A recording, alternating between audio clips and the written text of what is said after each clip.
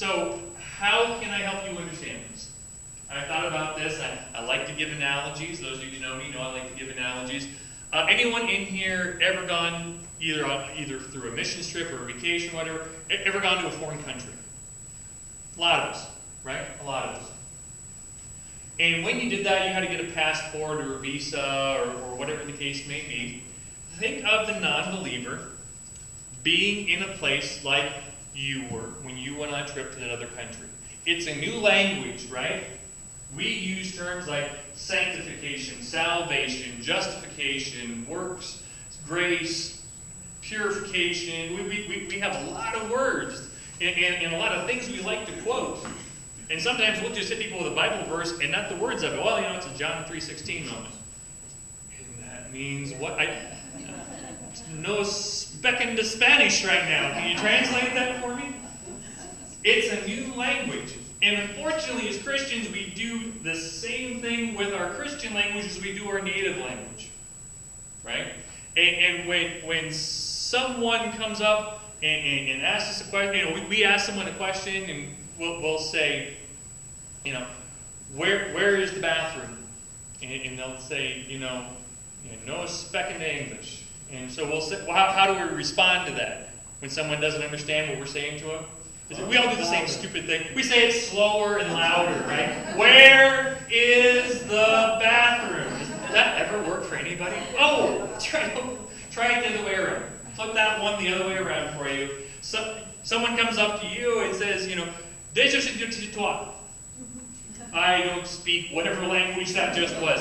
Déjà sur le territoire. Oh, it's around the counter to the left. Why didn't you just say so? We speak a language the non-Christian doesn't speak. So we need to make sure that they understand that we're translating. We've got customs that they don't know. Just like if you go to Indonesia, or if you go to Vietnam, or you go to Central Africa, there's things there that don't make any sense to you. Just like when you came in today, you didn't even think about it, but there were certain songs you had to clap with, certain songs you didn't clap with, certain times it made sense to raise your hand, certain times it didn't raise your hand. Now I sit down, now I stand up, now I open this, now I close this, now I look this way, now I look that way, now this person walks down, now these persons stand up, now they're passing me something, now I'm eating something, now I'm drinking something. What's going on? Unfamiliar customs. We are lost and confused. And Leviticus again tells us in 1934, the foreigners residing among you must be treated as native born.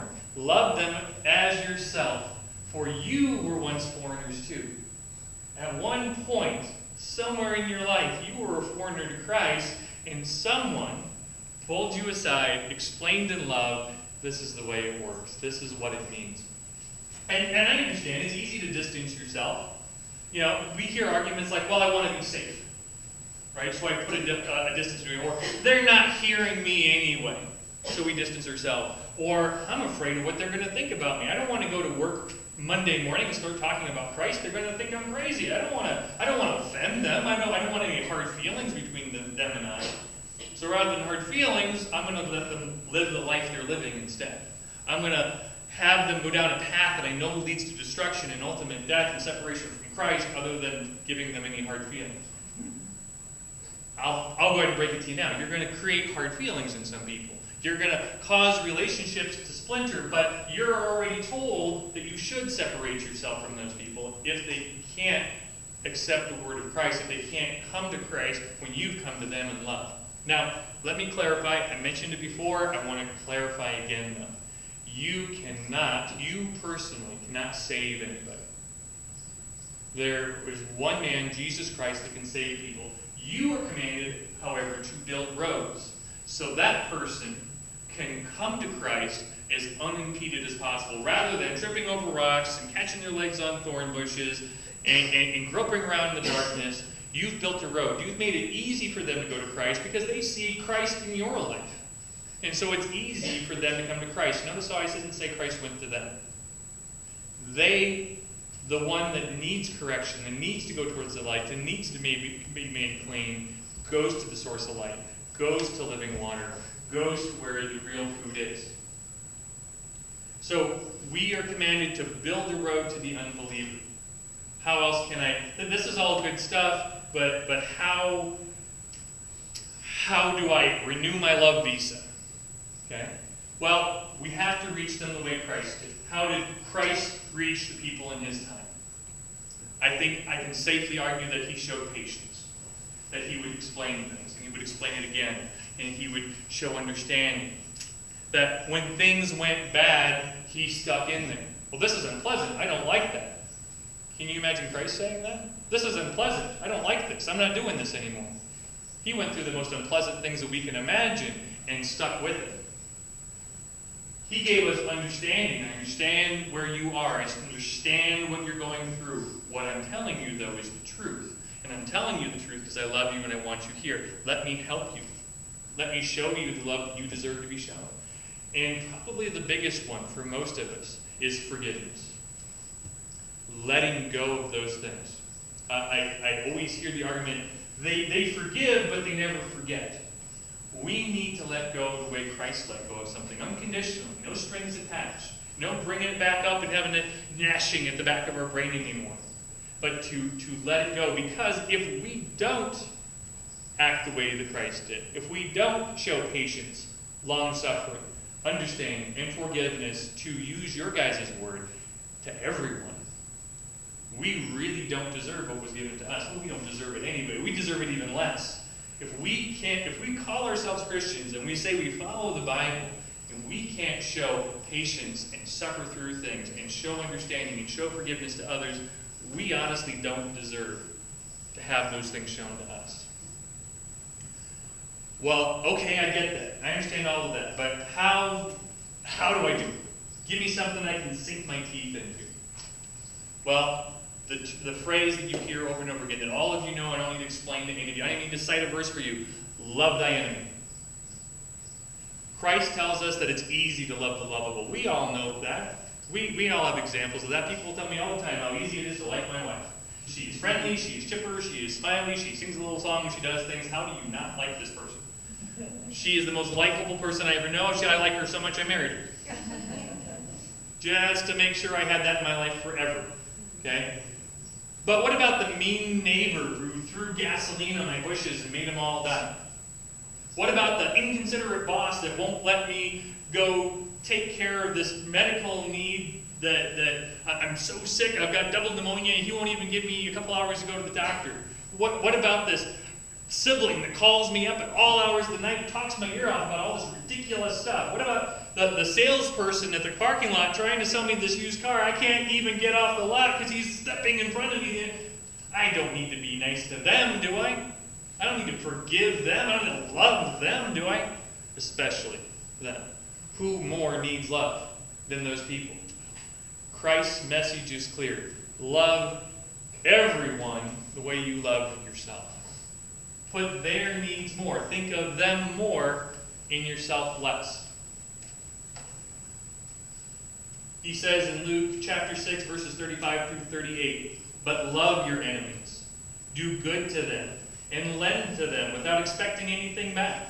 Then your reward will be great, and you will be the children of the Most High, because he is kind to the ungrateful and the wicked. Be merciful, just as your Father was merciful. Do not judge, and you will not be judged.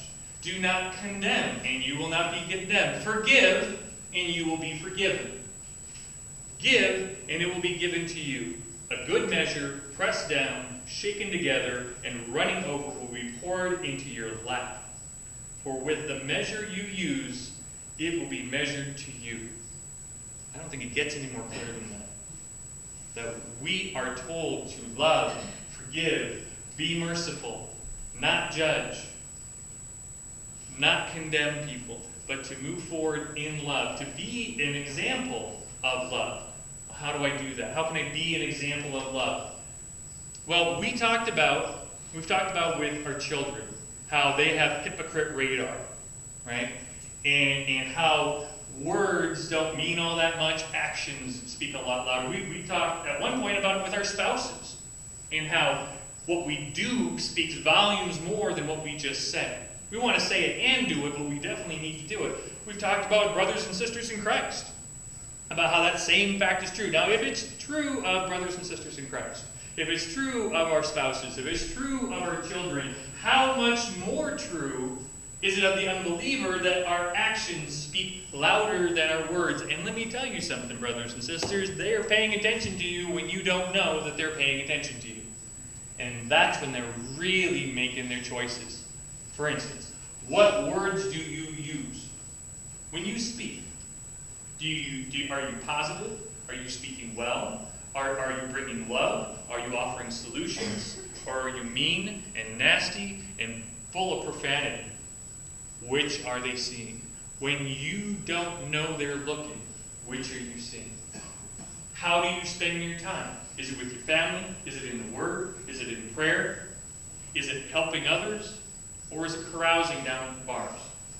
Or is it getting in fights? Or is it causing harm? Is it losing your temper? Is it freaking out in the middle of Stater Brothers? Where do you spend your money? We talked about at one point how every single purchase you make, every dollar you spend, can glorify God or not glorify God.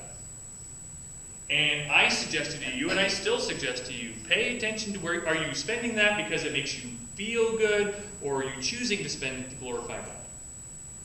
Which way are you doing it? Because everything down from the Starbucks coffee that you had this morning to the tithe that you put in the collection plate is how you spent your money.